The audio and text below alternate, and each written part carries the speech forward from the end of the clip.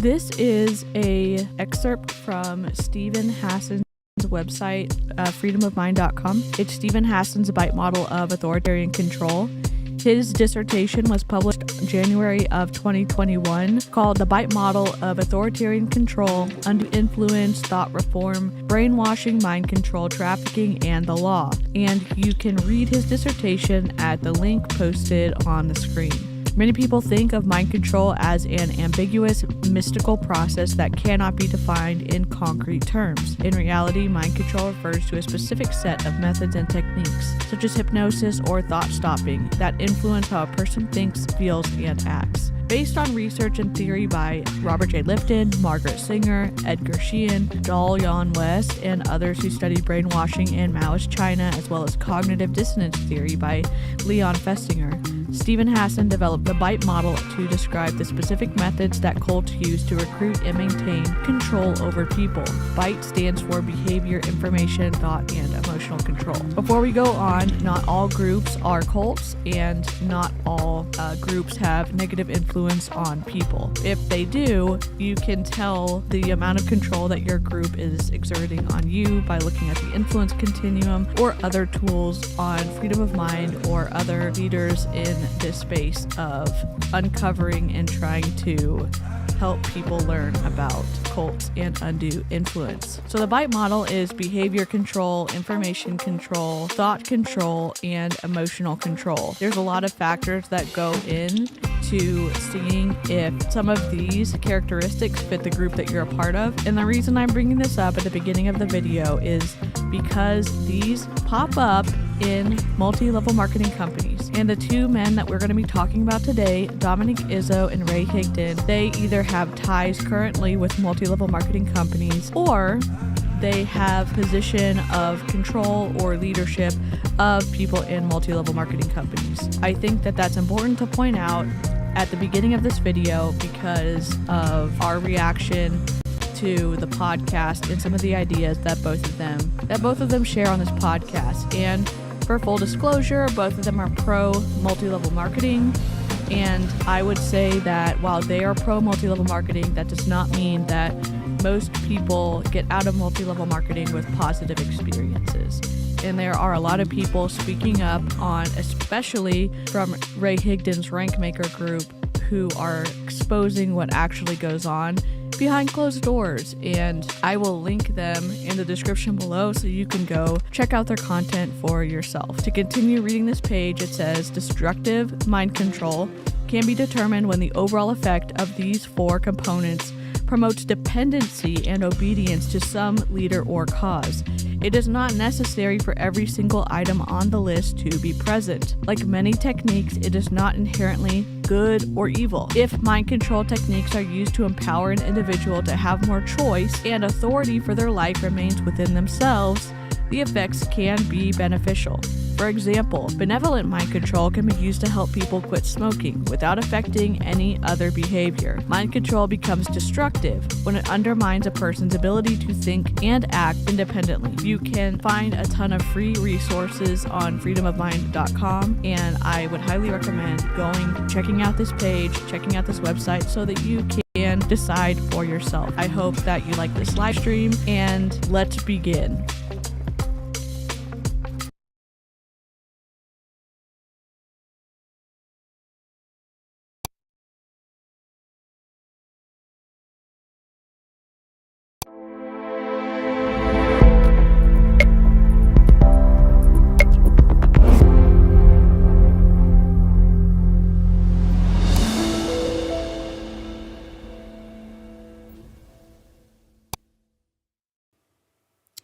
Hello, it's DC. We're going to have some guests later on.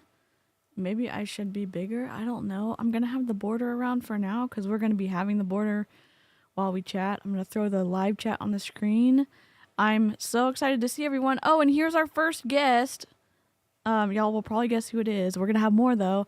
It's why am I so big? Oh, my God. It's Karina. Oh, in your background, her lights and her plants. It's incredible. Thank you. Thank you. Can you hear me? Yes, you are good. Can you hear me? Okay.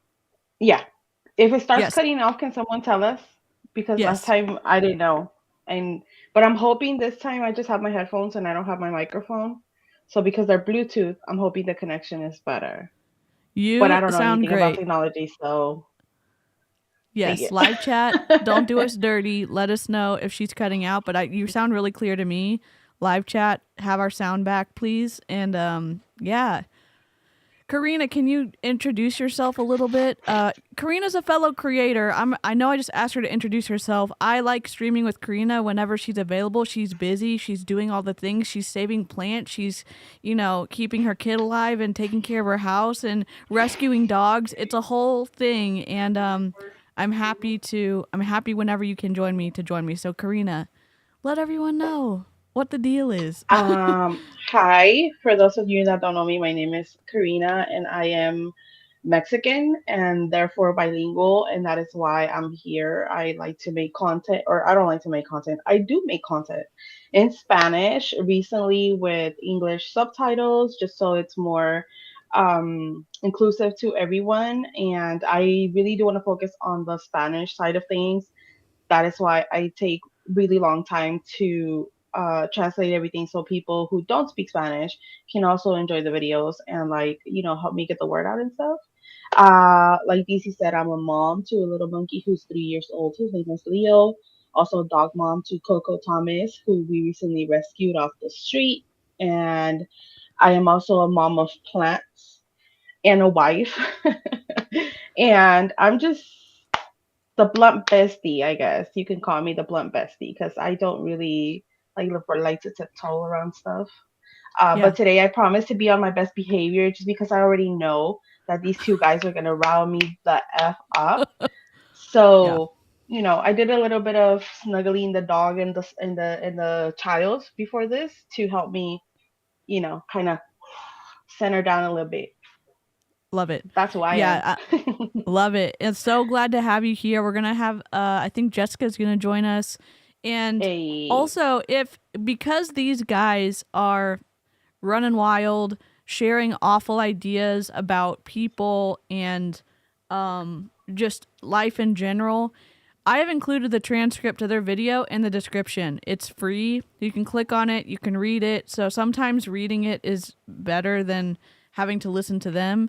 So if you need that, it's in the description already. So you can go and pull it up on your browser and read it, or maybe watch this video later, read it, and come back if you feel like you can handle it. Your mental health is the most important, and it's more important than analytics or watch hours or likes or anything. So if you need to bow out, always, always, always do that and advocate for yourself.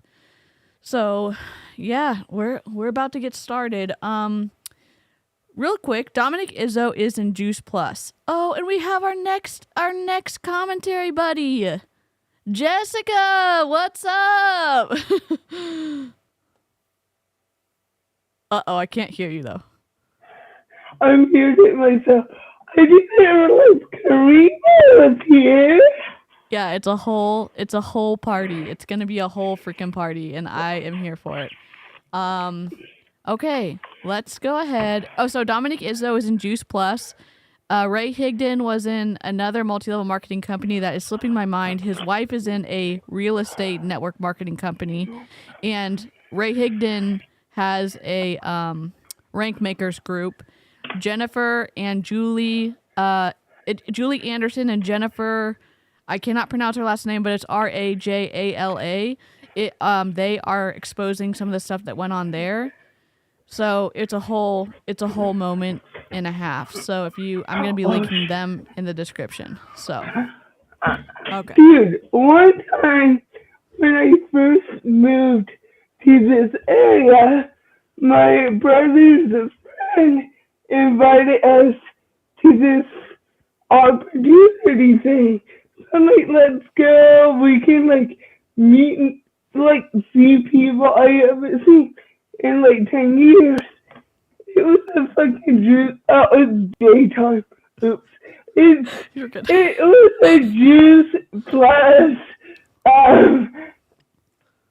salvage. I was with my husband already, and there was a break, and we're like, yeah, we're leaving, and we left. never talked to, and that person's been in like 5, and Lavelle is 5. She is hot, so I don't have contact with her anymore, but she's so sweet.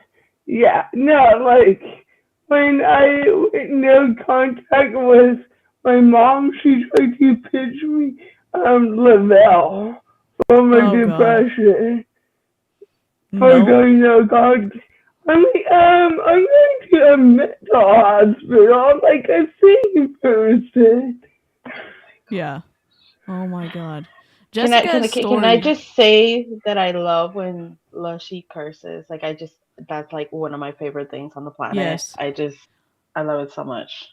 Yes, we do have a cursey timer, so we need to wait like 2 more minutes before we let them fly. So if you have sensitive ears, or if it offends you for us to curse, this might not be the stream for you, but we're gonna do our best. So if you're free range listening, throw some headphones on. I know some people don't want their kids hearing the cursey words, but it just happens sometimes. It's a little bit spicy here. And Dominick's probably going to curse too. I don't know about Ray, since I don't know if this is pre-profit or post-profit, based on what he's, I don't remember the timeline for this, but yes, here we go. Let me throw this in there. Unfortunately, I don't want to be big.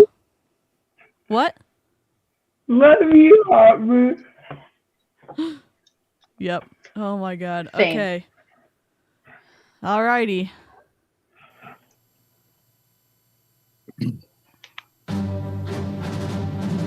Can y'all hear that? It's awful.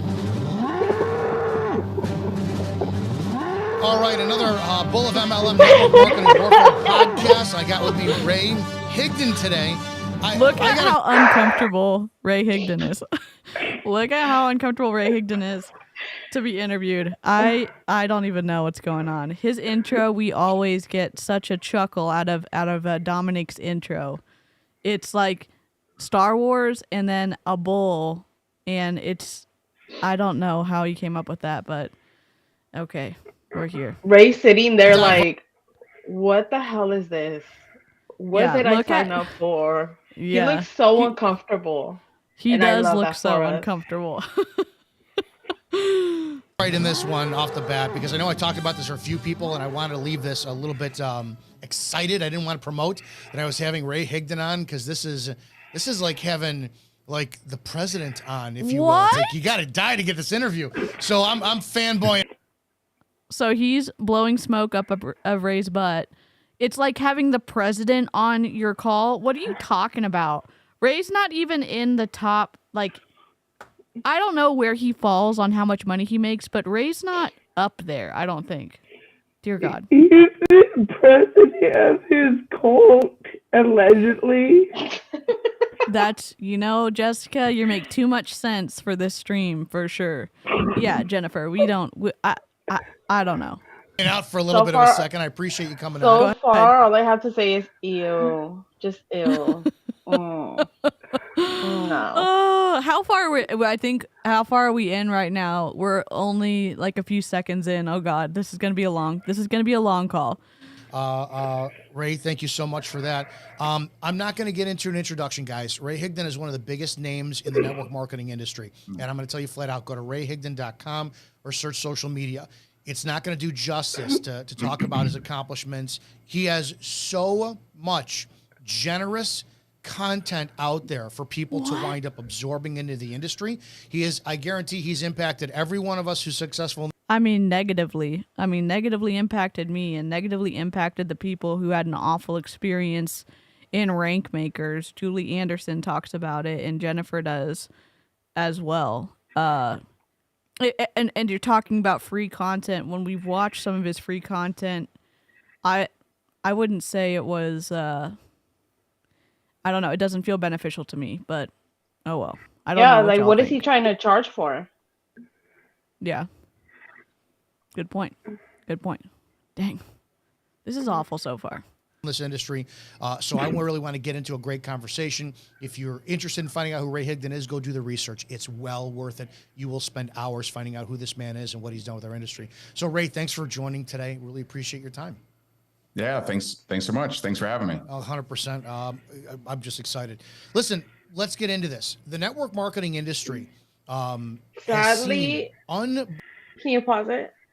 Yeah. Sadly, we have spent hours listening to what Ray has to say, and I don't think there's been any positive effect here. Like, if anything, every time he opens his mouth, we dislike him more because we see his BS for what it is. He wasn't pulling people in anymore as his asshole self. So now he decided that he was going to take the approach of calling himself a prophet and bringing Jesus or God into the equation, which in my opinion is disgusting. Yeah, that's he's just warming up the Christian market so he can get more recruits. And that's unkind of me to say it like that, but that's the guy that he is teamed up with, the pastor. I mean, he also has a lot of other very wealthy people he mentors, and I don't really have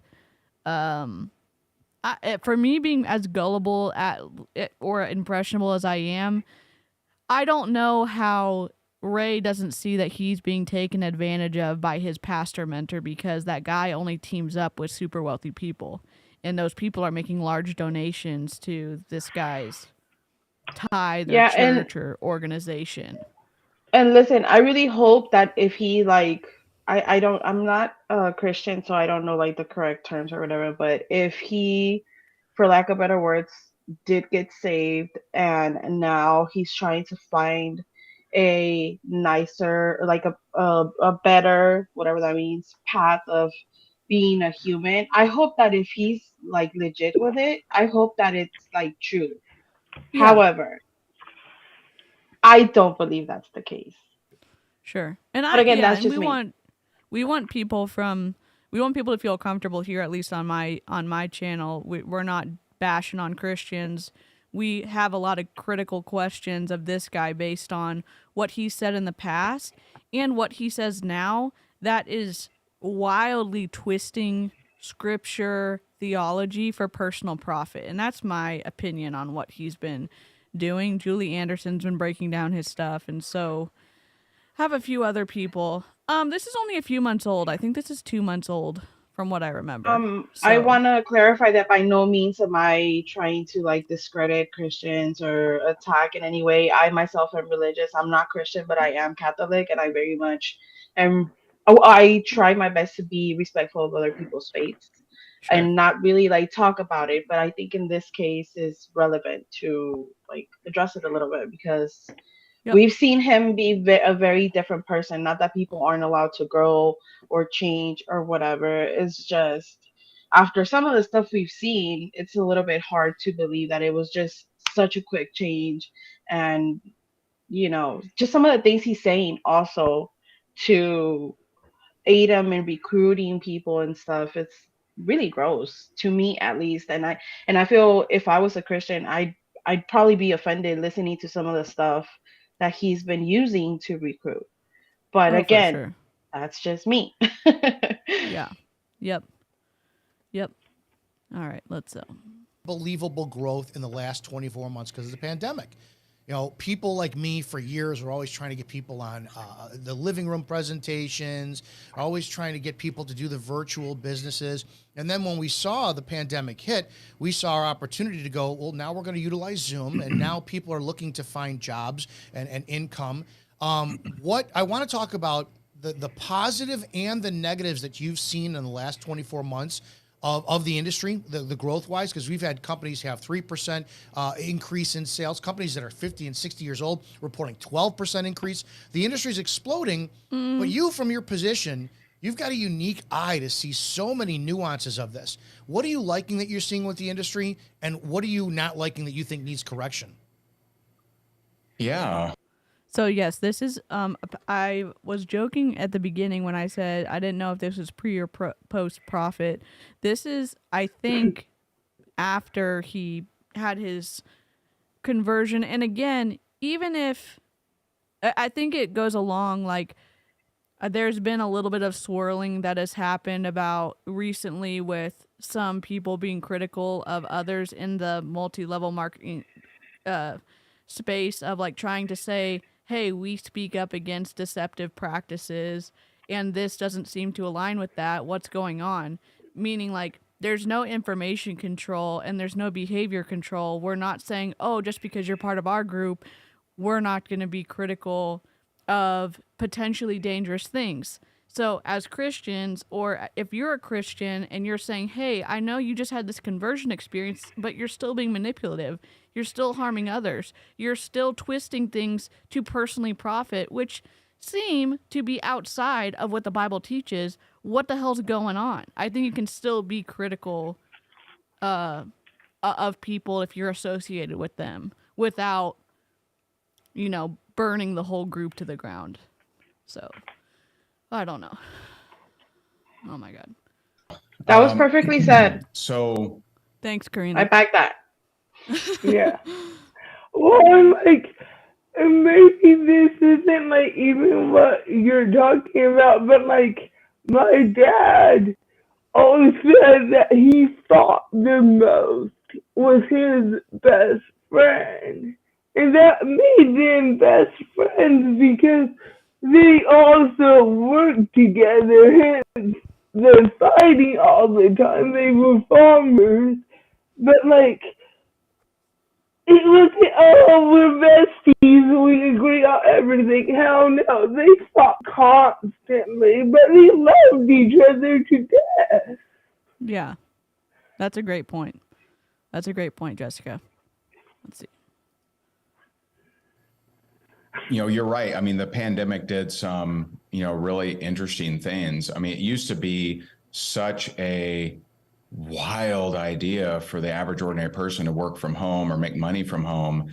And now that they got a taste of that by either working virtually or having to stay home, they kind of like it. And so, you know, they learned what a lot of network marketers already knew. And that is, you know, the flexibility of working out of your house and, you know, the tax benefits, you know, et cetera. And so, you know, that part, you know, definitely good. Tell me. The pandemic. Tell me about those tax benefits, please.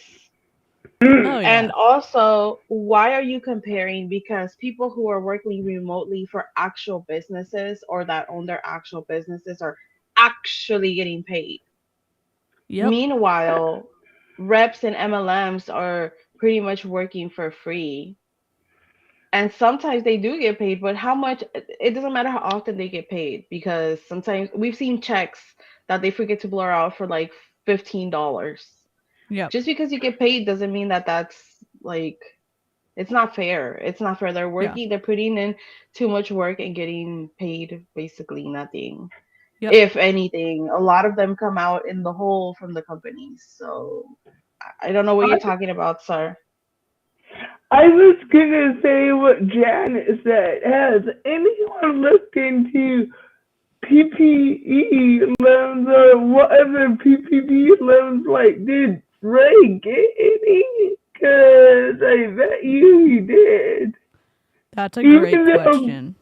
Business was thriving. I don't know, and I don't remember who was the person that like brought that to the light, that a bunch of Monet reps had taken out PPP loans. I don't remember who did that work. A bunch of influencers took out those loans. It's like, you work at home anyways. Like, your job is Instagram. Like, nothing changed, my dude. If anything, you probably got more ad money because more people were on Instagram. Yeah. There's a bunch of family vloggers too that got busted for, like Jessica was saying, taking out PPP loans, and they didn't have any, like they were paying for, you know, things that they didn't need to take the money out for. And yeah, so Charlene's going to look that up. Thank you, Charlene. Yeah. Also, shout out to whoever did it the first time around. For sure. And if that was you, leave a comment. We'd love to pin it and highlight the work that you did, for sure.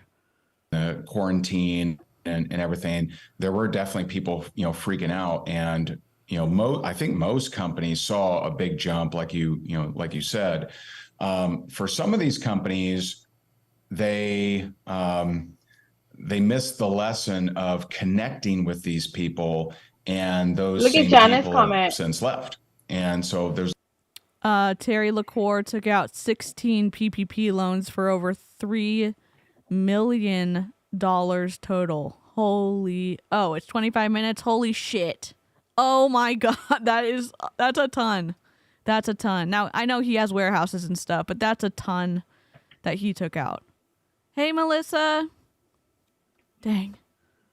there's a lot of companies that had a big influx, adjusted their customer service kind of reps, but the leaders didn't get the memo that they should be really connecting with these people and having a great culture. And so when either the wind got too strong or they got their job back, they quit.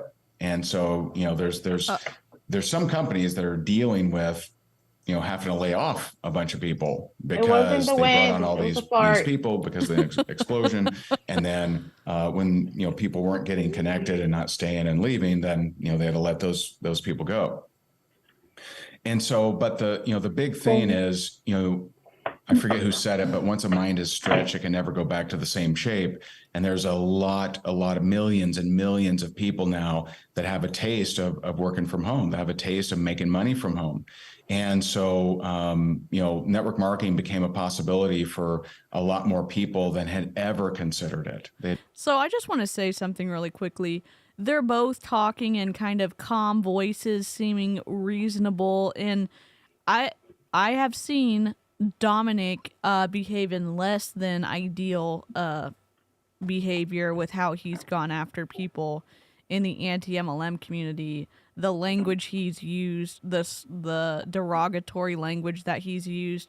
And so, we can always say people can pivot, but don't get sucked into thinking that these two guys are reasonable when they behave very differently when they have people speaking up about the ideas that they're sharing. And Ray does the same thing. Julie Anderson has showed him, and Aaron Bees did a video. Aaron, I think, and Julie Joe did a video where Ray lost his mind, and he went from totally calm like this to yelling and screaming at the people that he was training. So, I mean, whoever and you Dominic decide as to, well.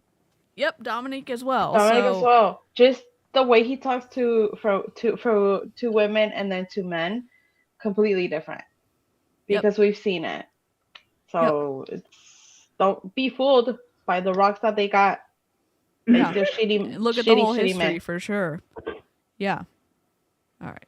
Never considered doing it. And so I do think, two things going on right now is, one, you have that a much larger openness of working from home now than ever before. And two, you have something different going on now with inflation. There's a lot of people that are needing to make an extra few $100 a month, and network marketing is a great opportunity to do that. I disagree wholeheartedly that it's a great opportunity to do that. You could, and again, let's assume that you have a car, you can do DoorDash. Assume that you have, or you could even deliver pizzas,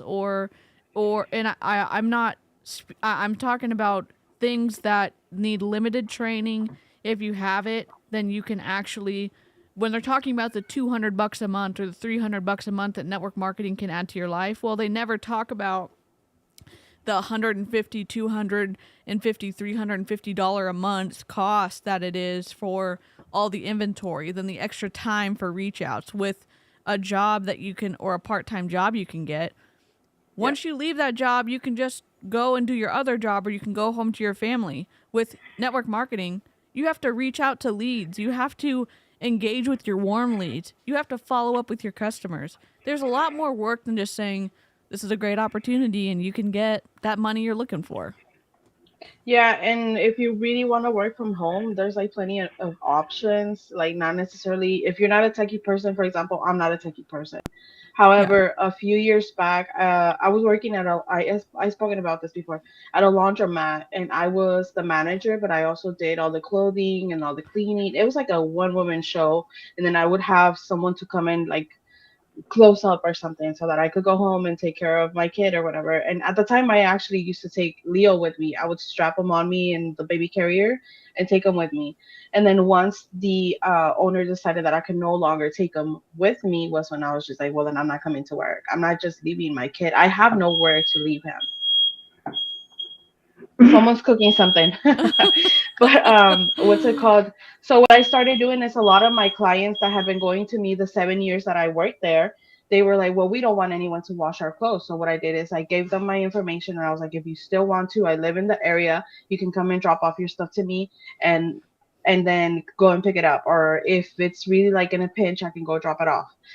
But what I'm trying to get out here is that I would invest about maybe $60 a week, and I would do anywhere from like 50 to 100 loads of laundry a week, and I would charge by weight. Let's say $1 a pound. I would make that money back in no time and have profit and still have reoccurring work.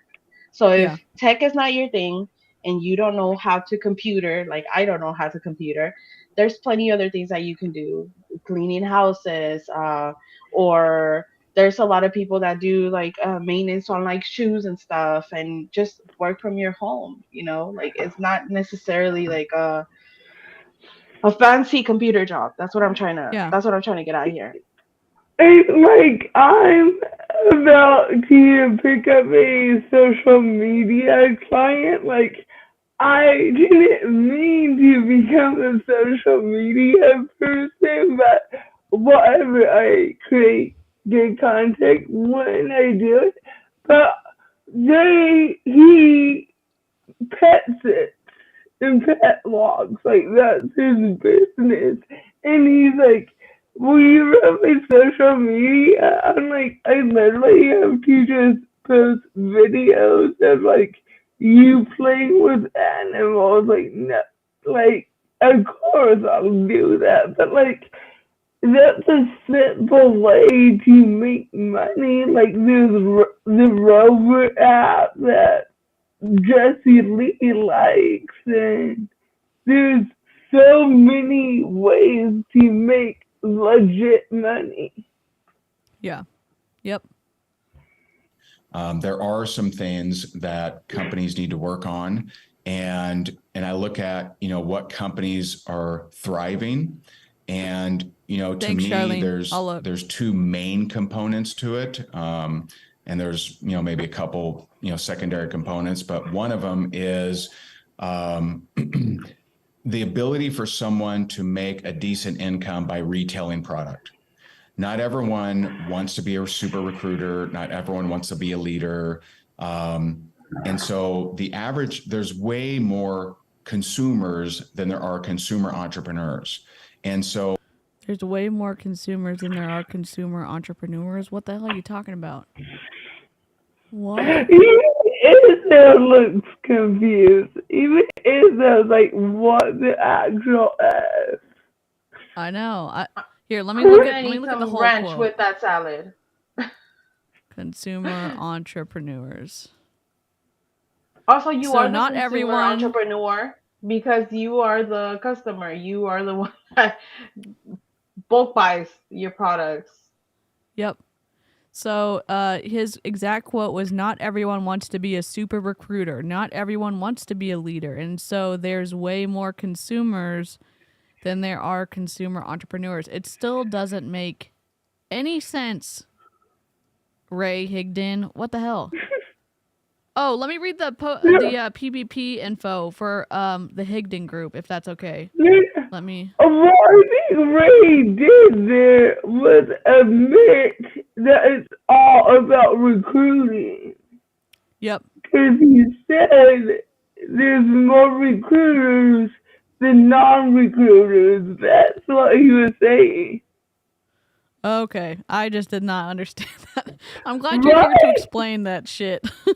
Like this might tell me I'm crazy, but it feels like what you say is more about recruiting than buying.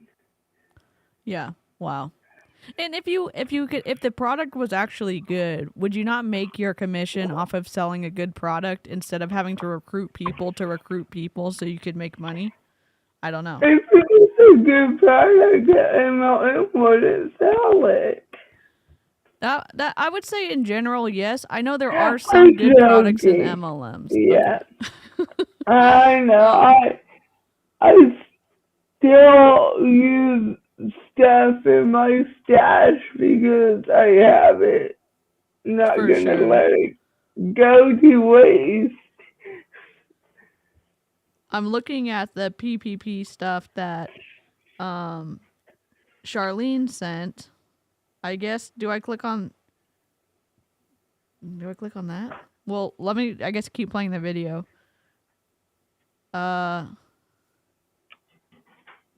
I'm looking to see if there's a number here.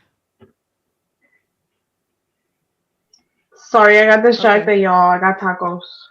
Oh, hell yeah. We love that. Charlene, I'm muddling through this. I'm going to press play on this again, and then we'll companies really pull it up. Need to be smart about how much are they paying out on that initial purchase? How much are they paying out on selling that product or getting people on a service? And can someone make decent money by retailing the product or the service?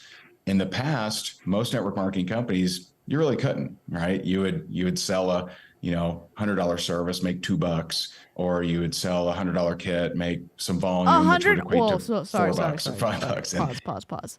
$106,000 for his PPP loan. Right? $106,189.37. Wait, Ray or Dominic? Ray. Oh, the Forever Wealth Club is the parent company over the Higdon Group and Rank Makers and all that other stuff. So that's a lot. I mean, that's a chunk. It's not millions of dollars, but it's a chunk. I don't know why you need it. Yeah, why would you need it if business was thriving? Good question. And that just, I think that model is really, really tough. And so increasing how much is a network marketer getting paid if they retail the product or service, especially on that initial sale. And then number two is just not being so controlling. If you look at the companies that are thriving, a lot of them have, big influencers and people that write books, that have courses, that do other things. And, we just had our event and we had literally the greatest names in, network marketing there. We had people like, Coach Stormy, we had Stormy Wellington, we had Gloria Mayfield Banks. So, okay. We had, Angel Fletcher. We just had so many rock stars there. And many of them are great representations of their company, great representations of network marketing. But they write books. They have other things. There's other things that they're involved in. They speak at company specific events, and that's a good thing. Yeah, because they get paid more. They don't do it out of the goodness of their heart. That network marketing companies have had is a good idea. Why is Ray always looking off to the side and all around? Gives me, I think he's, I don't know. I think that he's looking at his notes probably, or I'm not sure. I wish he would be centered in his screen, but maybe Dominic just didn't edit this correctly. Idea while increasing the profit one can make on the initial sale of the product or service. Because if you don't do that, then you're going to have people make money from home, but they're going to do, the gig economy, right? They're going to do, Uber Eats or Uber or whatever. But there's no residual in that. There's no freedom in that. There literally is freedom in that. There's literally freedom in that. And there's no residual income in multi-level marketing, because if you don't have recruits, or if you don't have customers, or you don't have your recruiter customers, you're not going to continue making money. Like if you keep losing people from your downline, your paycheck gets smaller and smaller and smaller and smaller. It's not residual. It's not like, I don't know. Kitty.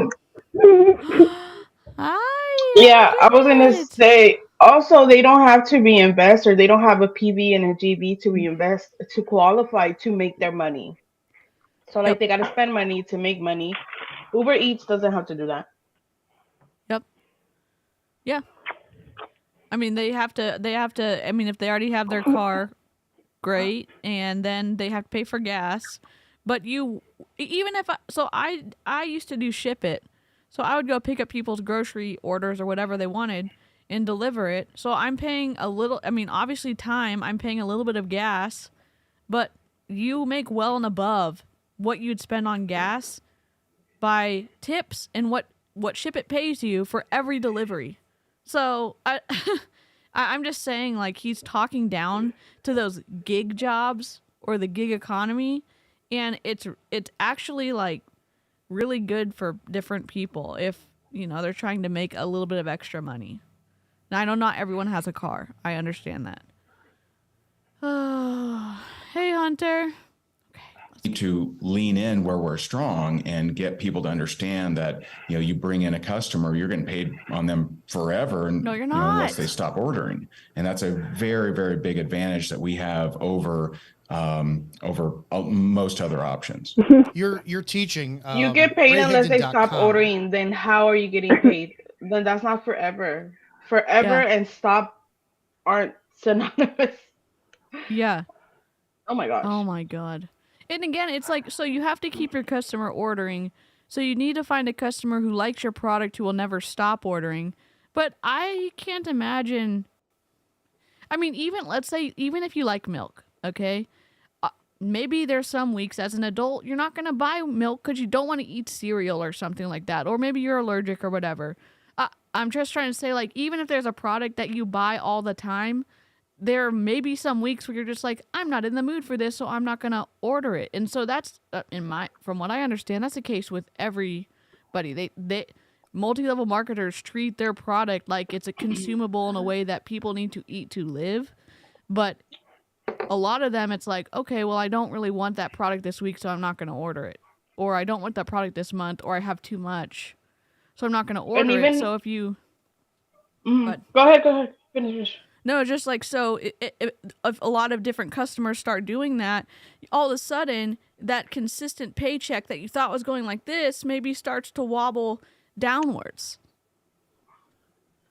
And even if you are like a fan of the product, like let's just use a like everyday kind of example. For me, at least, I have a certain brand of milk that I like. I have a certain brand of like ham that I like, whatever. But you know, sometimes there's those few cents are not in the budget. So therefore, Right. I go to the store brand. So why would I pay let's say $10 when I can get the same thing for like 8? And like I know you over there balling out of control, Ray, but that's not the reality for all the reps and all the people that you coach. Yeah. Yep. So, kitty break. This is Freya, and she's over my shit. Bye. Bye, Freya. Oh, your ass, Freya. I think she's showing it to Dom and Ray. I don't think she's showing it to the viewers, so. Probably. She's like, ask these guys, why are you? Why? She's so cute. Yeah, I wish I wasn't allergic to kitties. Sadly, she does have breast cancer, so as soon as we get back from vacation, she has to have surgery because, like, if you don't do a double, or not a double, it's only on one side, so we're just taking one side out. Basically, if you don't do it, the tumors will grow and become infected and very painful. So, like, even if it doesn't extend her life, it will improve the quality of her life at the end. Yeah. So Yeah, and you want to Oh, do wow, anything that- you can to avoid pain and all that stuff. Oh, I'm so exactly, and we lost his son, our other kitty,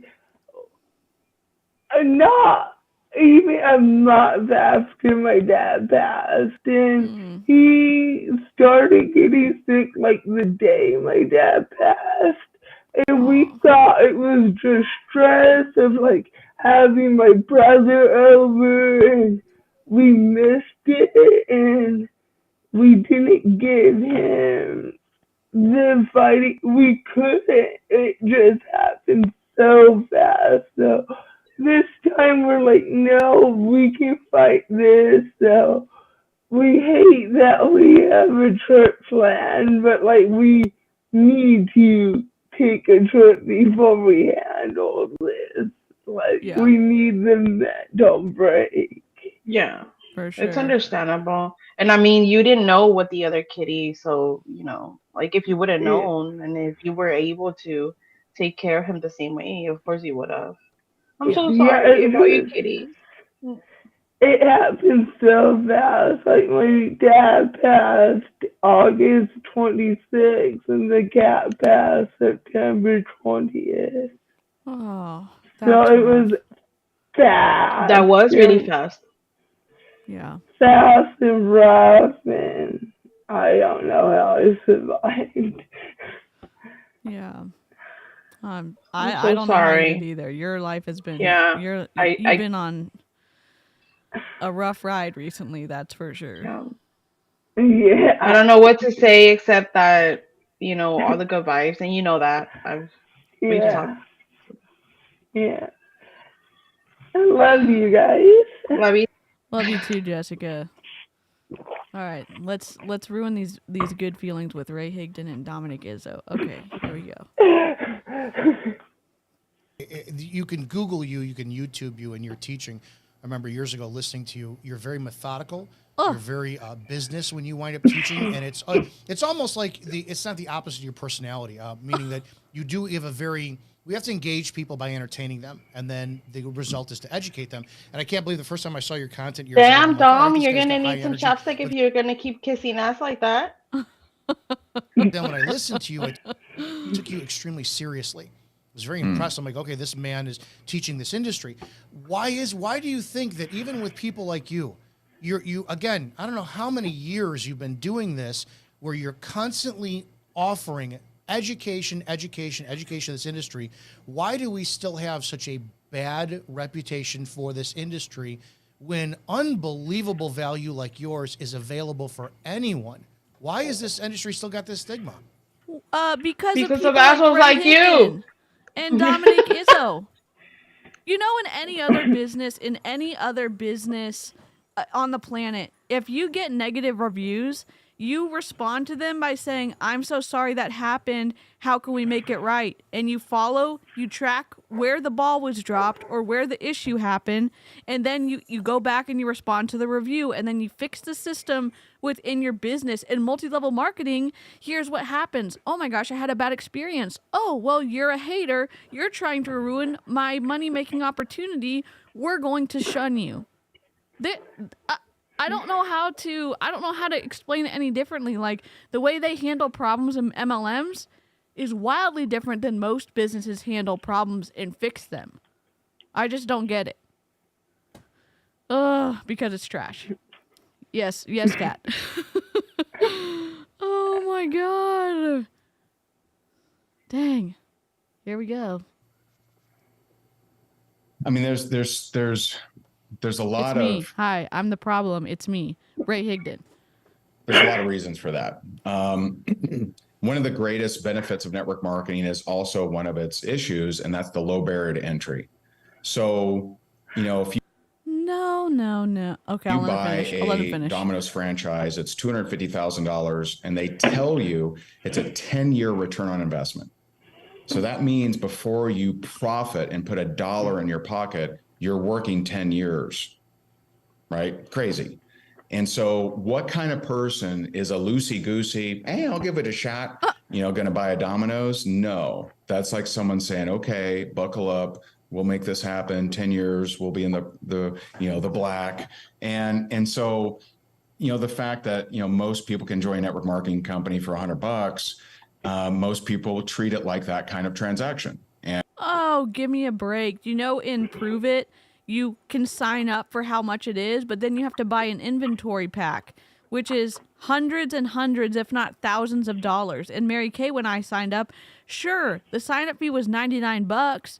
They had an inventory kit for $600, for $1,800, for $2,500, for $3,600, and up, all the way to like $8,000. So when you're talking about a low cost to entry, that's not really an accurate picture of what actually goes on. A lot of these companies have huge product packs that you buy. So all of a sudden, it's not actually a low cost or whatever to entry. They're paying thousands of dollars to try to make this opportunity work. Well, like, low cost to entry, I just sent you something I found in my archives a few weeks ago. There's a website of things they recommend you buy when you join Pure Romance. Oh my god. I'm looking at it now. Holy crap. Okay. So there's a lot of hidden costs. Yes, there's a ton of hidden costs. So it's very disingenuous for them to say, oh, we just find these awful people who are not committed and just, really lazy. And that's why there's so many unhappy people who didn't succeed in network marketing.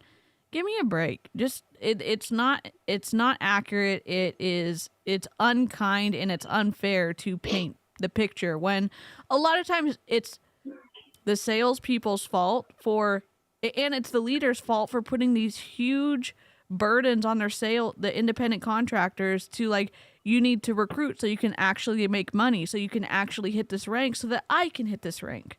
It's very twisty. It's very complex.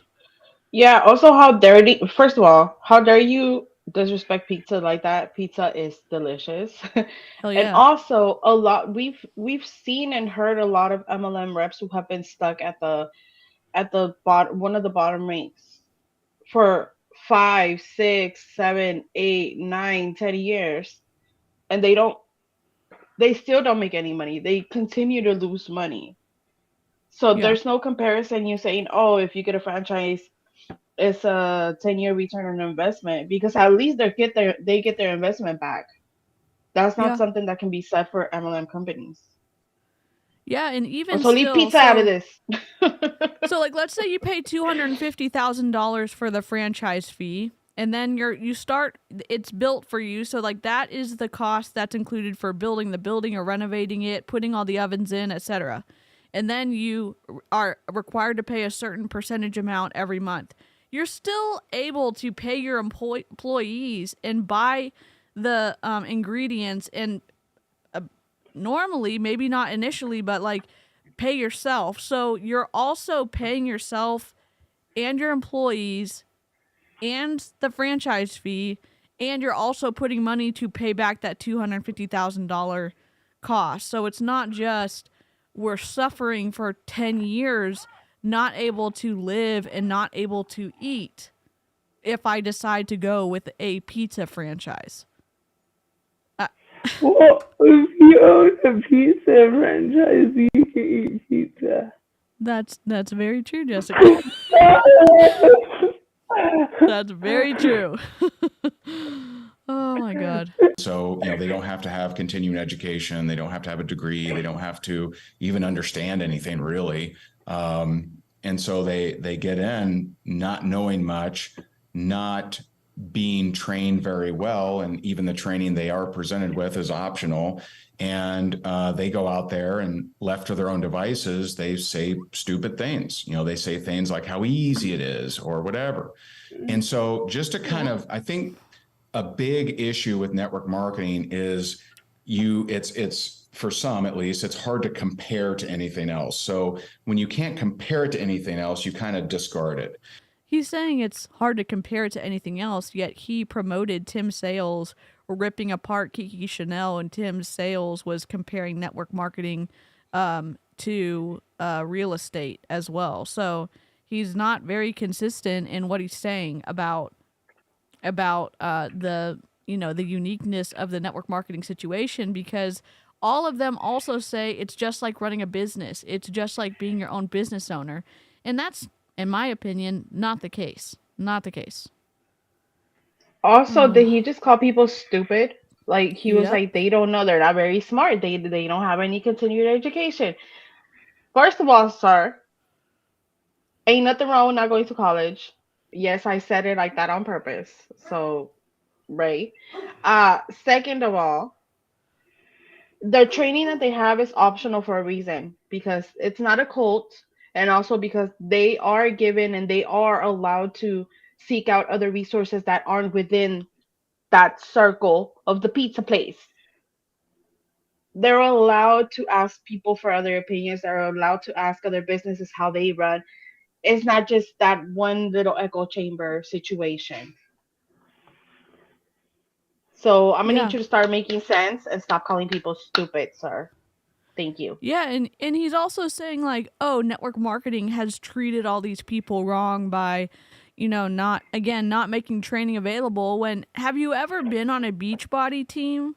Have you ever been threatened that if you don't show up to a Zoom training that you're going to have your mentorship revoked? Or if you don't toe the line, then you're going to get kicked out of all these groups? I mean, what's optional about these Zoom trainings or these group phone calls that everyone's required to be on? I mean, even Jessie Lee when she was training her team on Prove It, if they weren't showing up to the calls, you were not in her good graces. So that doesn't really seem to meet the definition of, oh, it's free training. I don't know. I don't know what y'all think about that.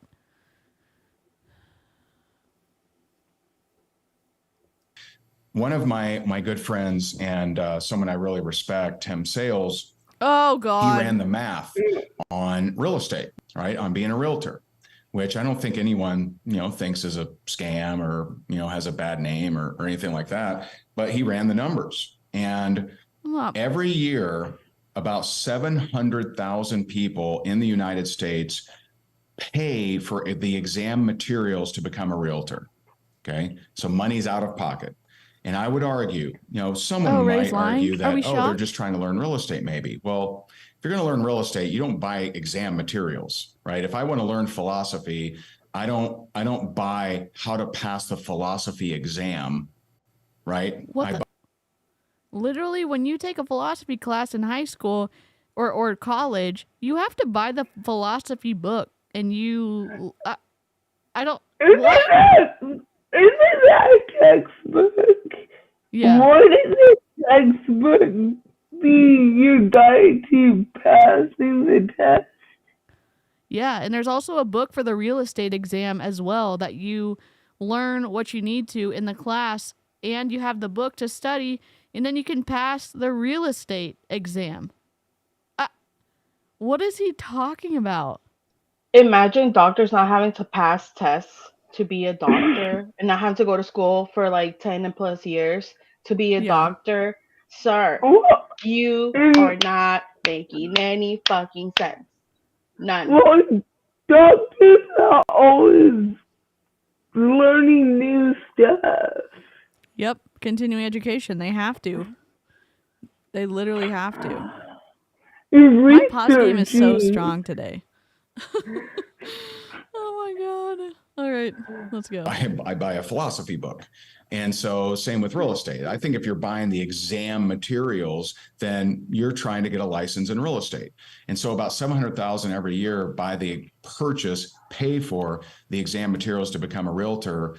About 115,000 ever take the actual exam, and about 50,000 ever pass, with 35,000 ever making any money. Okay, well, I don't want to go into the numbers of this, but my dad reacted to that Tim Sales video, and my dad's actually good at math. And so if you want to listen to what my dad has to say, Tim Sales was twisting the math for his own personal gain to prove his point. So if you want to go watch that, my dad is super smart. He doesn't really hate MLMs the way I do. So, but he's also like not about deceptive behavior. So it's a whole thing. But go watch Shout him out to on 𝐔𝐿. 𝐔𝐿 is the best. Okay.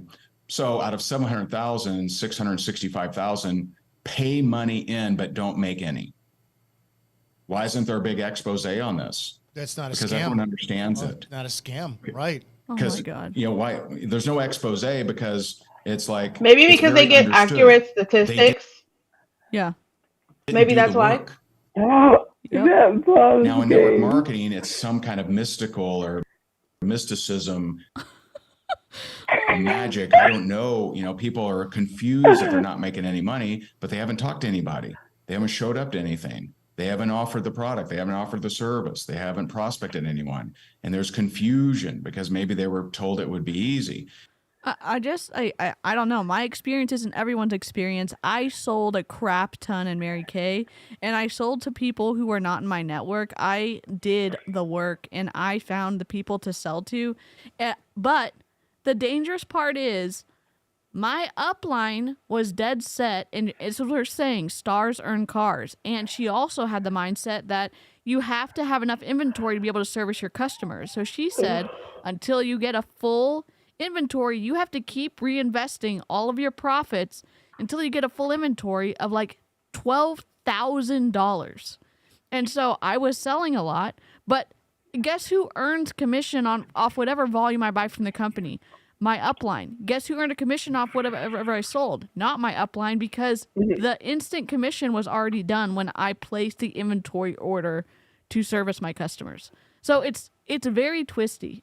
And there's lots of people working really hard, and not a lot of uplines who are benefiting off their ability to talk their downlines into buying from the company when there's no interest, there's no consequences for them not teaching their people how to sell, even though I don't like MLM products. It's just And a lot of people, no matter how hard they work, and if they have an upline like that, that's like pushing them to have a certain amount of product, end up like my aunt. I've talked about this story before. My aunt moved in an emergency situation from here to Mexico, asked me and my mom to clean out her house, and I shit you not, we cleared out a 4 by 6 feet closet, walk-in closet, full of expired Mary Kay shit that the packaging didn't even exist anymore. I'm talking about that old white packaging with the little pink cap.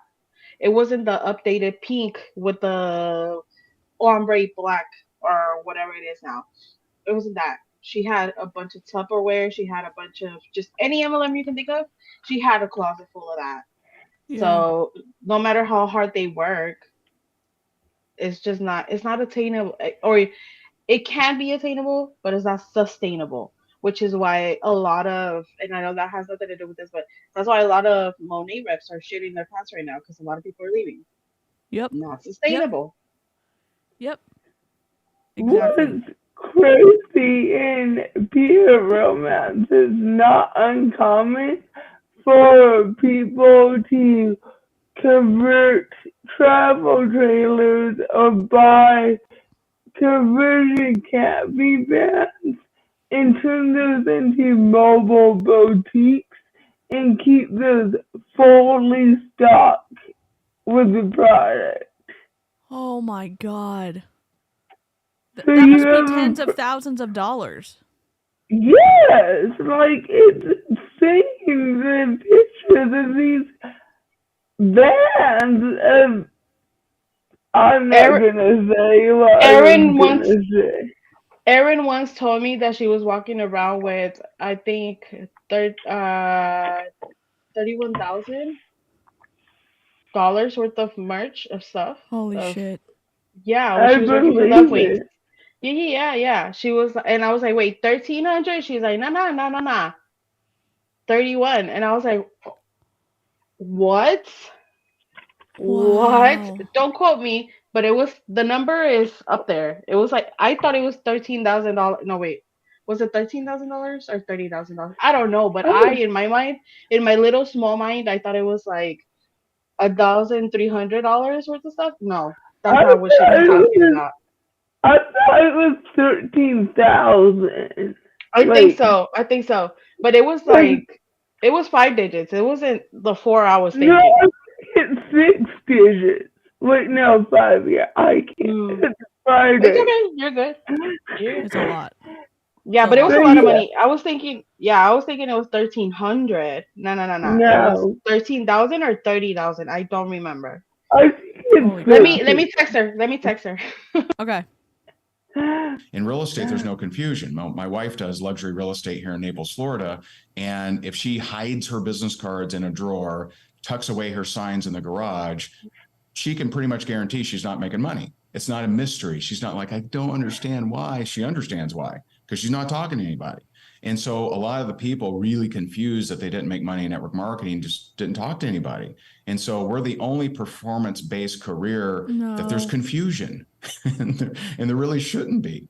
And so, you know, if you don't work on your skills, if you don't learn how to speak to humans, if you don't follow up, if you don't get out there and do the work, then you're making what you should be making, which is probably not much. And so, you know, that's, you know, some of the reasons. And, you know, and this is the untrained person, right? So the untrained person that sells franchises, they're still only talking to qualified people, right? You know, I had a franchise. Me and a buddy had an advertising franchise. It was $38,000 to purchase, and we had to pay a couple $1,000 a month for a name that no one had heard of, and literally didn't make any money. That's because but when your I signed CEO, that franchise agreement, it was, you know, this your humongous SEO is book. messed up. So let me tell you about franchises really quickly. If you are in a franchise, they don't necessarily yes, there's some name recognition, but if you're not paying specifically for an expert in SEO to help your individual franchise rank, you're not necessarily going to rank in your local area that you're trying to service. So the main company makes money when people find their website, and it's not necessarily specifically saying, hey, I'm looking for a pizza in College Station and that Domino's is coming up. Yes, sometimes Google and maps and stuff like that will populate, but if you're going specifically for like a handyman franchise or an advertising franchise, which is weird that he's saying they weren't successful, I bet they weren't doing the right things that they were supposed to be doing on the back end to have their own business online rank the way that it was supposed to, which is ironic because he's teaching other people how to do stuff in network marketing. It's an irony. Okay, Erin texted me back, and she said 13,000.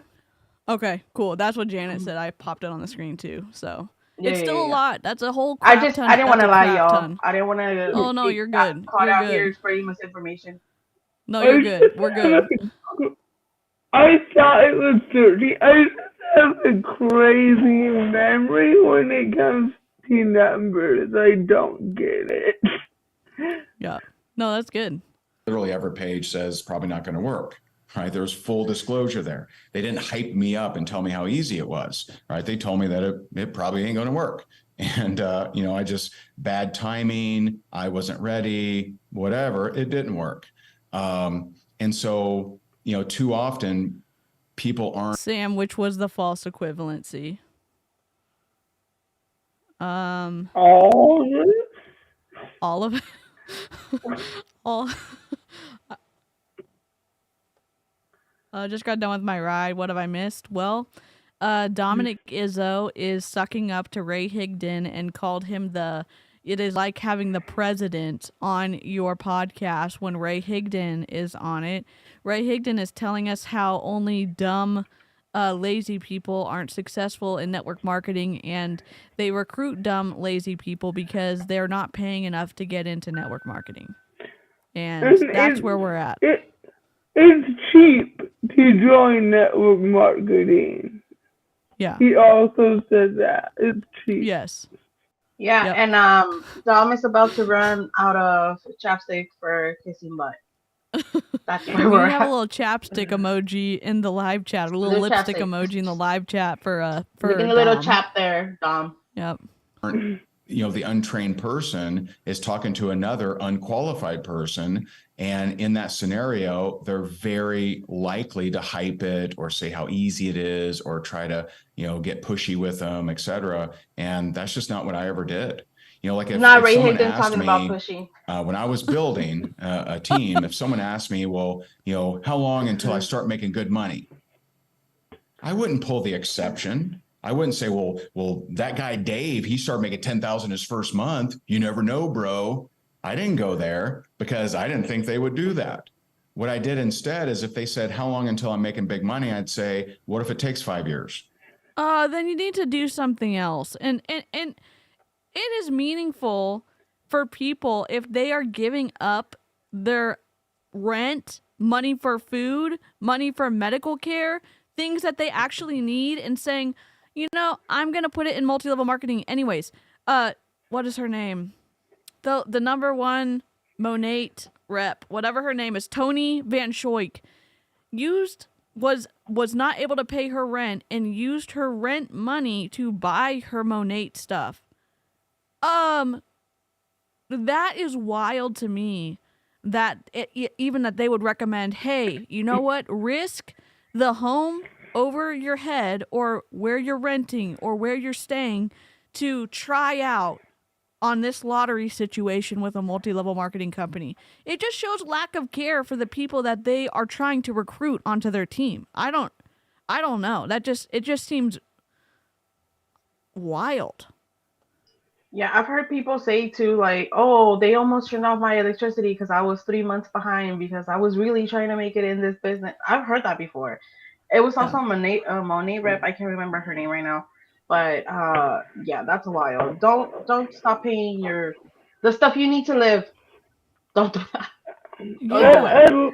Allegedly, I know people in peer romance that routinely can't pay their mortgage.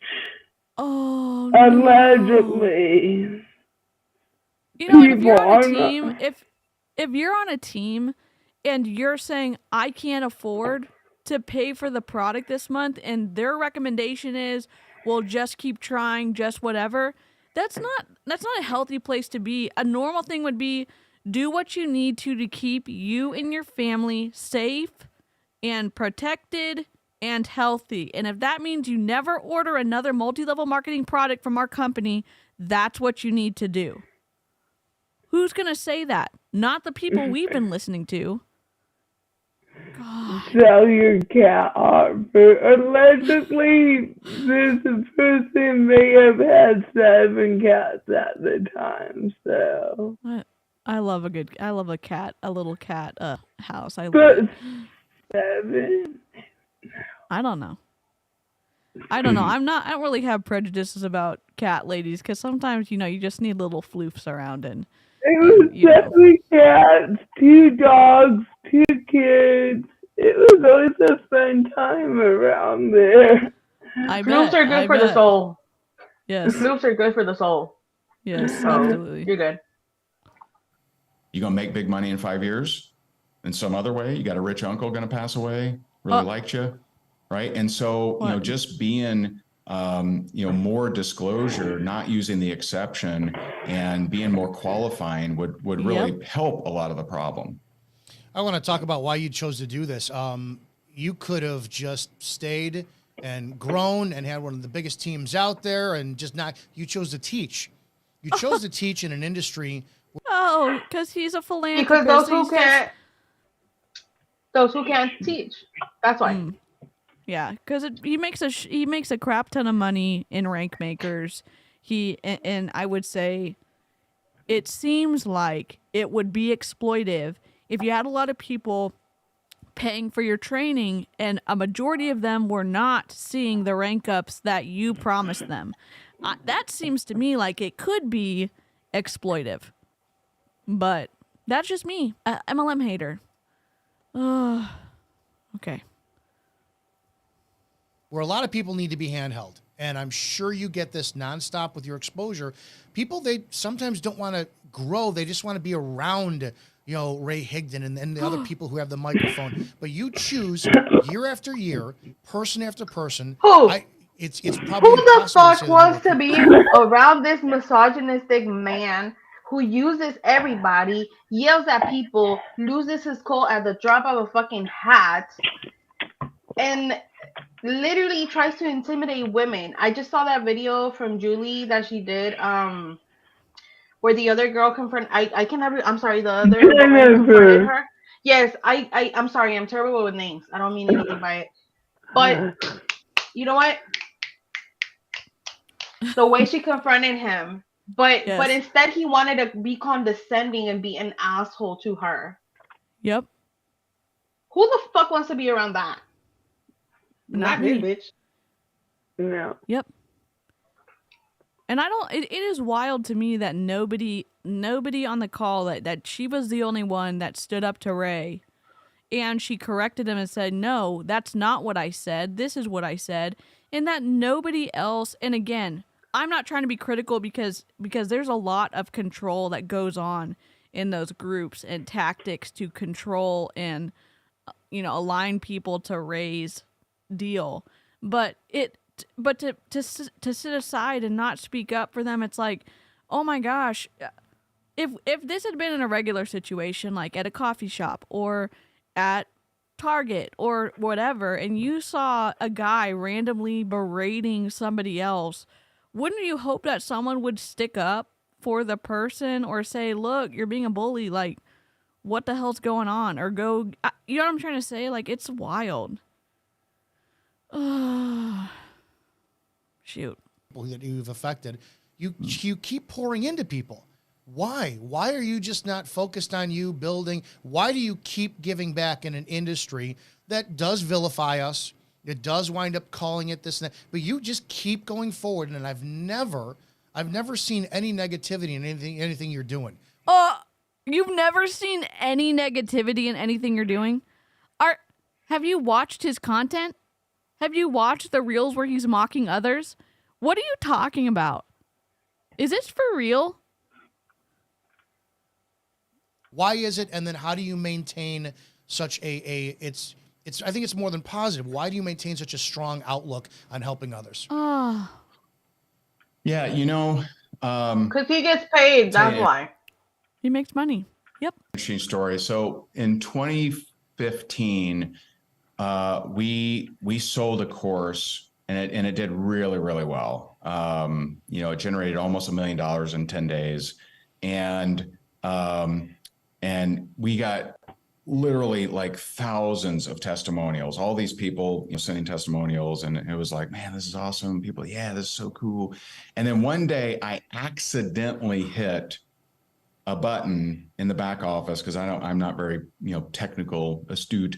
And I hit this button in the back office and it tells me the percentage of people who had finished the course. And it was like 5%. And I'm like, now, if it had been switched, if I had seen 5% first before the thousands of testimonials, I might have quit, man. I might have said, dude, I'm selling this stuff. People aren't even going through it. Like, am I a charlatan? Am I, Yes. am I just ripping people off? Right. I mean, they're willingly paying, but they're not eres going un through it. charlatán. Sí, lo eres. God. Just in case you don't understand in English. No, Go ahead, Jessica. What was like, oh yeah, of course, why would you care if anyone took the course? They paid for it. That's all you care about. You got your money. Why does it matter who took it?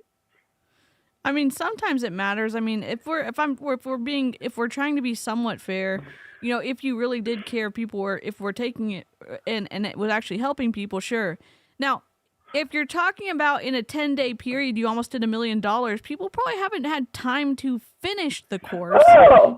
Only a 10-day period. Oh, I missed that part. Yeah, so people wouldn't have been able to finish it in 10 days, I don't think, or maybe they started it, but I do find it weird that they were like, this is an incredible course, and all of the, reviews or whatever, and no one actually had finished it yet. So that's just, Wild. But it made me realize that not everyone's going to take your advice, but it's worth it for the ones that do. And so, I've had, so many people come up to me and share that it changed their life. And, I do what I do selfishly. I do it because it makes me feel good. This is what makes me feel good. So if I had a magic wand and I could pick, how do I spend my days, right? Yes, sure, beach it at some point. But as far as, like outside of, that, which would be very part-time for me, I would spend my days impacting people, impacting groups. That's what makes me feel good. Okay, here's the thing. If you're causing destruction where you're going, though, it might feel good to you to do that. That doesn't mean that society as a whole is benefiting from your influence. You know what I'm saying? Like, it just, I don't know. I don't really understand. I'm glad that he's being honest that selfishly he's going to do what he wants to do. But are there positive something? Are there positive, results from his impact on them? Maybe sometimes, but we've seen a lot of negative too. So it has to be taken into the equation. Yeah, I think it's more about a power trip for him. Yeah. Yeah. I think. And so, it was a tough choice to leave, to stop building a team and focus on coaching and training. But I felt I could make a bigger difference there. And I felt like I could make more money. That was my calling, and I don't like doing anything, halfway. And I was kind of, halfway working with the team, halfway doing coaching and training, and I just didn't like that energy. I wanted to go all in on something, and I asked the question, where do I think I can make the biggest impact? And for me, it was at the profession level. And network marketing itself is a very unique situation in that there are more. If you pick any profession, I think there are more people that have been through trauma and been through some stuff in the network marketing space that I know that I can help. And that's, again, what makes me feel good is. Those are the people that you target, you fucking piece of shit. Exploiting the vulnerabilities in others is not something that I would be excited to, shout from the rooftops, Ray. That is not it, my guy. Tell me you're a piece of shit without telling me you're a piece of shit. I cannot. Oh I'm sorry. I said I was going to be in my best behavior, but fuck that. Oh my God. Everyone loves a spicy Karina, so we're here for it. Seeing them transform, seeing them break through, and that's what I love to do. Network marketing is an absolute personal development business. In law enforcement, I never made a detective, but I had so many friends of mine who were detectives, and they said, you spend 5 years in the Dick's office, when you come back out and go on patrol, it's just easy because you see things differently. Has leaving team building and then taking the step up to guide, has that made you look at the career you had prior to it in team building, see it differently, and then as the years go on, mold your teaching methodologies to improve and incorporate? Well, we know this is about making money. We know this is about personal development. We know that, some people are going to need nurturing. Some people are not going to be. How has it made you? What has it increased your strengths in as years have gone by? Yeah, I definitely had a transformation in leadership style while I was building, because I started as the guy from, for the first probably, at least 3 years, 4 years, maybe. I was the guy that was in everyone's face. Is this an exact carbon copy of Jessie Lee Ward's story about how she was, a red, a yeller, a kind of a generally more mean, less empathy, and now, she understands people and she understands blah, blah, blah, blah, blah. Because it sounds like it's about to be an exact like point for point that she has said in some of her transformative coaching stories that she shared. Yeah, I agree. I definitely got that. It's a joke that we have, but it's that weird French disease, deja vu. Mm. I got that. Yeah. I got that right now listening to him. And also, I'm just here wondering, is that why Dominic is so mean because he never made detective? He's mad he never made detective. Is that why he's so fucking rude and mean? I mean, granted, I don't know how the police system works, how they go, but I'm just wondering. I thought he said it in a very neutral, like, point of fact tone. Like, it didn't sound like there was any animosity towards not getting detected. Like, I didn't pick up anything in his tone. I could be wrong though. No, definitely he did sound neutral, but in my mind I'm just like, does it bug him? Is that why he's an asshole to women? Like, I think he's petty enough that you would most likely hear in his voice if he still cared. True. Maybe. I don't know. I I think was just asking myself the question. From listening to his political talk show, Dominick's, and listening to the ideas that he has of people who are weaker than he is, or and I think it's just who he is. Like, I think it's a negative outlook, a distorted point of view on people that he doesn't think, quote unquote, measure up. So I think it's Janet, toxic. Be good, Janet. Oh my God. I was the guy that said, if you're not calling 10 people a day, what's wrong with you? Do you even care about your family? And I was that lunatic. And because I thought that my job was to take my set of desires and get other people to adopt those set of desires. And we're the only profession that really does that, right? If, when I worked for county government, there was a lady there, Judy, and she'd been a secretary for 24 years, same position. And she was good. She was good at it. Oh, No one went to Judy and said, Judy, come on. When are you going to step it up? When are you going to get into man? What are you going to do, though, if you're great at being a secretary? And being a secretary is incredibly difficult. You're managing someone's entire work life. You're coordinating schedules. You're also customer service to a level. It's hell. It's actual hell. Yeah, so I mean, there's not always a position to upgrade or rank up to in the corporate world, because if you're working for the CEO as a admin, where are you gonna go? You're gonna go to another company, maybe? Okay, but what if you like your work environment? What if you like what you're getting paid? What if you like what you're doing? Why would you need to get a promotion? I don't understand that, because they're belittling someone. Yeah, like if you're already getting paid well. Mm-hmm. Yeah, I don't. And also, if your boss is nice, why would you want to leave? But if you have a boss like him, like, of course I wouldn't want to work there. Yeah. Management. Come on, Judy, let's go. Right. And Judy, how would that make Judy feel? She'd feel like a disappointment. She'd feel like a loser. But that's what happens every day in network marketing. And so I had the transformation of really understanding culture before I stopped Those are two very different things. Yep.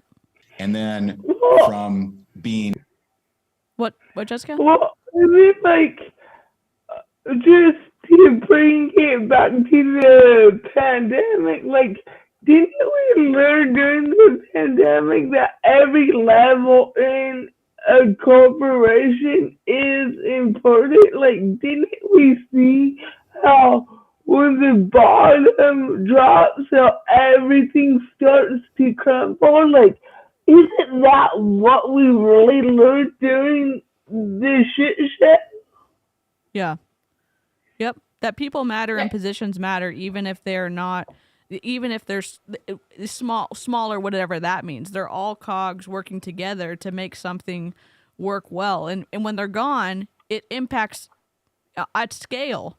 So you're right. People in those positions matter. And if you're always looking to get to the next level, like those other positions still have to be filled, And not everybody wants to move up. Like I mentioned earlier, I worked at that laundromat for 7 years, and I managed it the whole time. I did everything the whole time, all the physical work, and I didn't want to move up. I didn't care. I was comfortable with my job, and not to like sound like a douche right now, but like I was making good money. Like I think I was making like 3 times what my husband makes now.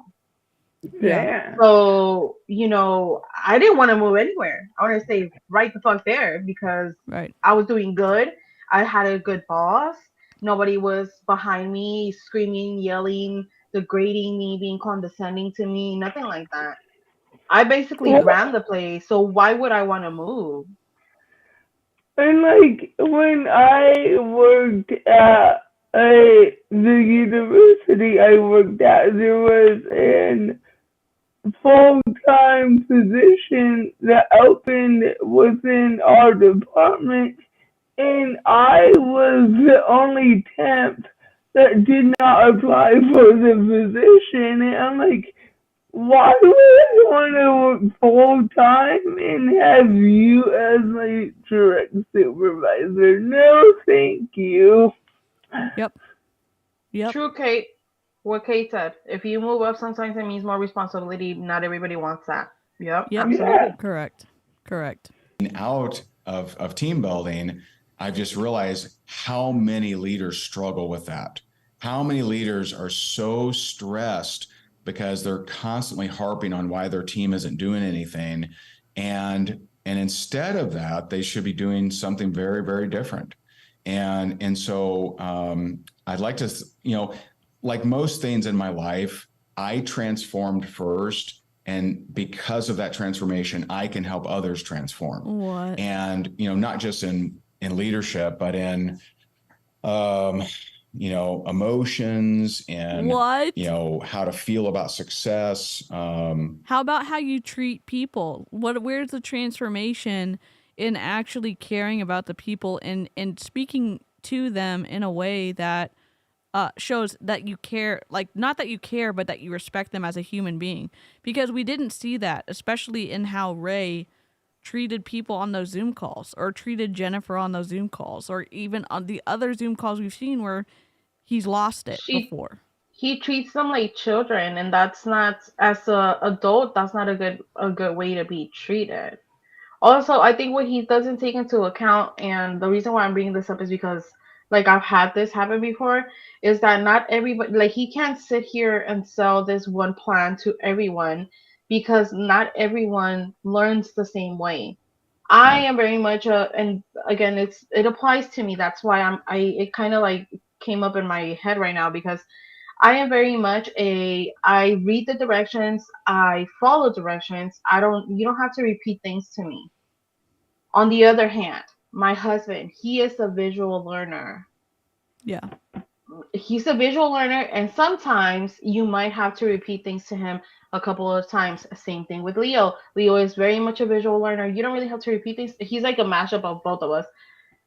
Coming back to my point of, we don't all learn the same. We don't all learn at the same pace. It's not a one size fits all. So when you're trying to sell this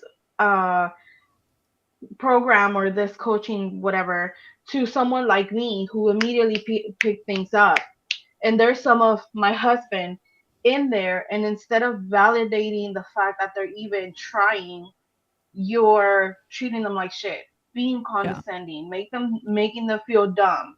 Like, if you're going to be a leader and you're going to be a coach, then you have to form yourself to your client, because at the end of the day, they're paying you. You need them as much as they need you. Yeah. Yep. So for him to sit here and be like, I try to mold myself, no, the fuck you don't. Because then why do you treat some people like they're dumb, and then just the people that catch on fast, why do you like glorify them or whatever? Yeah. Yep. That's not very leader-like. That's not very prophet-like. Yeah, in my it's opinion. not a good leader. It's not a good teacher. It's literally lacking in so many things because again, I think the MLM model is broken at its core, but if he was actually good at what he was doing, more people would be winning with his systems. We saw that too with Jessie Lee Ward, where she wasn't able to get to her top rank in her company until someone else came in and made a different system because her system was broken. Because if her system was working, she would have gotten to the top level before, in my opinion. So, Jessica. What are you thinking, Jess? Tell us. I'm just thinking about how you asked her about her new systems and she played dumb the She other got pissed. day. She got Yep. so pissed. Yeah. Video coming Yep. soon. She Yes. knew what you were asking. She totally knew what Karina was asking about. She totally knew. She I don't absolutely understand. knew. Yes, the fuck you do. Yes, Yep. the fuck you do. Yep. You know, I've uncovered so many of my different hangups, you know, over the last, especially the last 3 years, that has helped a lot of leaders. You know, I've trained a lot of $1 million earners that, multi-million-dollar earners that have all the success, you know, that they wanted, but still don't feel good. They still don't feel great about parenting or relationships or whatever. And so, you know, the breakthroughs and transformations I've had in those realms, I can now help them. And so, you know, like most things, for me at least, it's I figured out something, I transformed, and then that gave me the insight, you know, to help others, if that makes sense. Yeah, it does. I got you for a couple more minutes. So number one, I want to plug your stuff. It's rayhigdon.com. Do you have any events that are coming up or anything, that programs you want to send people to? How can they wind up just, you know, getting involved with whatever you're doing now? Yeah, I mean, we just had our annual event a couple days ago, and so that was a lot of fun.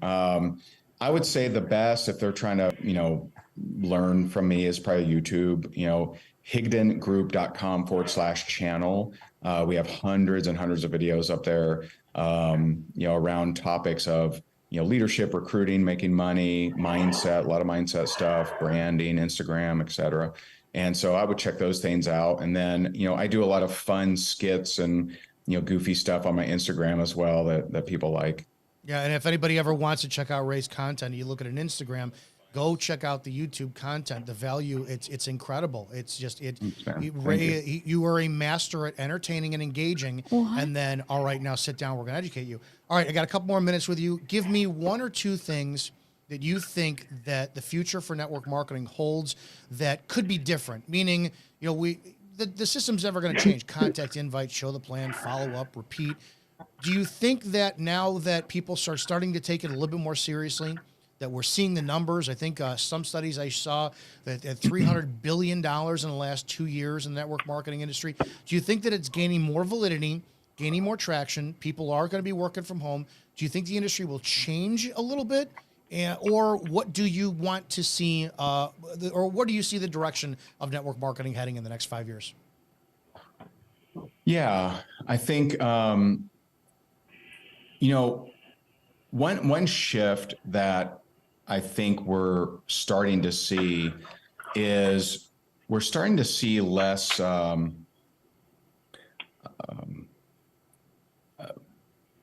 less of this attitude of us versus them kind of thing. Give me a break. Two different respects. So, you know, when I started, it was so common to bash jobs, JOB, just over broke, right? And Puppy you know, break. hey, there's some people that like their. Oh my gosh, we gotta pull. Look at that puppy. We had a big screen for a puppy. She is so big. Like, Oh my god. so big since we got her. She's gotten so big. Look at her.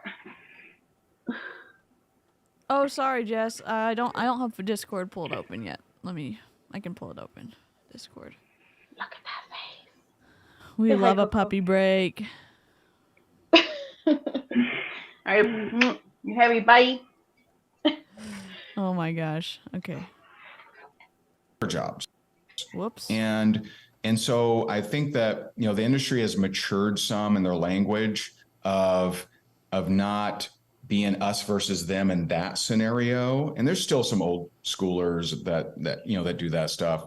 But I think I think that kind of language is changing, and that kind of attitude is changing, and it's more of a gig economy, more of a side gig, more of a side income, you know, et cetera, which is way more appealing to way more people. Most people don't believe they can quit their job. And so if that's your pitch, right, for them to get rid of that job, then they probably will never join you. And so I think that we've matured as an industry and a profession around that. And then number two is, Thanks for watching, Jess. This, I feel like this is happening less of where companies and leaders feel the need to bash other companies and other leaders. And, you do. you know, that's just not, you know, it's just not, it's counterproductive. It's not smart, right? Focus on your lane, right? Focus on your farm. And so I like seeing that. It's like, you know, like when someone leaves, okay, now it's one thing if someone leaves your team and they're lying about Janet, it was Jesse Lee Ward who made the threat. I don't want to say the word on the stream so we don't get flagged, but it was Jesse Lee Ward. you, bashing you, stealing people from you and all that stuff. That's one thing. But the assumption that they're now bad because they left, not great. You know, if someone... He just did this to Julie Anderson. He did it to Jennifer. He's done it to everyone who's left rank maker. So pretending that you're some, I don't know, you're on some higher plane now doesn't mean that you're behaving any differently. That's so twisty that he's saying, oh, we need to like let people go and like leave if they want to, and then you smear them. Come on. You know, left a job I worked at, I wouldn't all of a sudden hate them and unfriend them and say they're losers, right? He literally did that to very Julie strange. And we've Anderson. had that contributes to the weird stigma, right? People on the outside are like, wait a minute, Tina, who you were friends with yesterday, left and now you hate her? Right? That's weird. That's weird for people outside of the industry. That's weird for people outside of rank makers too, Ray Higdon. As it should be. And so instead of assuming that someone is leaving and they're just now terrible and you should no longer be friends with them and ostracize them, you know, let's have more love. Let's have more acceptance. Let's be cool. You know, I had my number one leader leave, and, you know, he had a history of leaving companies and this big warfare going on, right? So when he left, he assumed I was going to bash him, and he bashed me, right? I'm going to beat him to the punch, and he bashed me. And I just didn't go there. I said, hey, man, I know you're talking about me, and listen, I wish you the very best. Of course, I'm going to miss you. I wish you the best. I hope this company works out. I hope you rock and roll. I'm rooting for you, bro. And because of the way I handled that, a couple years later, he hired me as a coach, paid me $50,000. And I helped him grow in a different way. I helped him with his brand and, you know, et cetera. And so when we're not so quick to bash and not so quick to hate, we leave, you know, more possibilities out there. And, you know, like my friend Garrett McGraw says, who's the president of the ANMP, the Association for Network Marketing Professionals, he said, you know, we shouldn't be circling the wagons and shooting inward. And that's what happens a lot in network marketing is we kill our own, right? Yeah, Ray did that. Ray did that to the people that left rank makers. Ray's doing exactly the opposite of what he's saying don't do. It is selective storytelling. Yeah, and what I was gonna say is, was he thinking this when he made those reels pretending to be like people who don't believe in MLM or whatever? Because this is very hypocritical of you, sir. Coco says, shame. Shame on you. Shame, shame. Yes. Oh my God. We bash our own.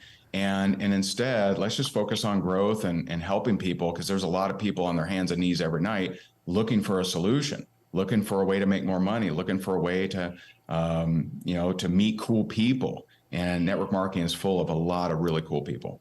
I think that's one of the best things that you do is, you, like I said, when I first started listening to material, you gave so much credibility to the industry for people to take it seriousseriously, so that when we're coming into the industry, we treat it with the same respect that we would treat anything else. So thank you for everything you've done. Really appreciate it. RayHigdon.com. You guys got to check out his content, follow his content, and I look forward to just learning more from you and getting to know you as time goes on. Thank you so much for joining today. Guys, Thanks, man. Bull of MLM, Network Marketing Warfare. See you guys on the next podcast. Holy shit. We made it all the way through. I don't know how that was possible. I cannot believe that they did that. Oh my god. We need a vacation. We need a spa treatment. We need like a shower or something. We need another puppy break. Yes. Oh my gosh. I'm stressed out about my vacation. I'm dumb and I booked a room right above a bar. Like Oh my a God. freaking idiot. So then don't be in the room. Go down to the bar and just, you know what I mean? Yeah. All night, I tried to change my cabin, but it's full. I'm like, Oh, bullshit. no. Oh man. You gotta bring a sound machine with you. Some Well, earplugs maybe. Well, it's complicated. Like this cruise line, they let you bid on their first class room. So I have a few bids out for the first class room. But like, they will tell you sometimes the morning of if you got into that room or not. So it's gonna be a. So wait, what happens if you don't get it? You just get like a regular room? I get the room I'm still in. That I'm in now. Yeah. Yeah. Oh, Yeah. okay. Yep. I might go increase my bids. Oh my god, Elizabeth, you're right. I don't think Dominic sweared. Neither of them did they? No, I don't think. I think they were on their best behavior, which. Oh my gosh, that's wild, isn't it? Dominic can even talk. Yeah, But he's actually I'm wondering, decent. Yeah, go ahead. does his you know how he's always like frowning? I wonder if he gets, because you know sometimes when you're like looking at something really hard and you're like focusing and then it hurts right here. I wonder, does he get like those tension headaches right here? Because I think I would. Yeah, for sure.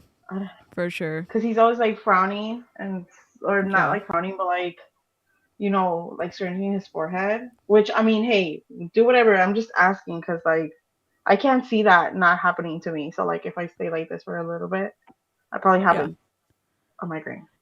What's interesting though, and I don't necessarily recommend people go give his channel views, but if you watch the difference in how Dominic treats women on his interview and how Dominic treats men on his in his interviews, it's in how he treated Jessie Lee Ward, which, you know, I'm not a huge fan of her, but the way that Dominic treated Jessie Lee Ward on their interview was awful. And it really just felt bad for her.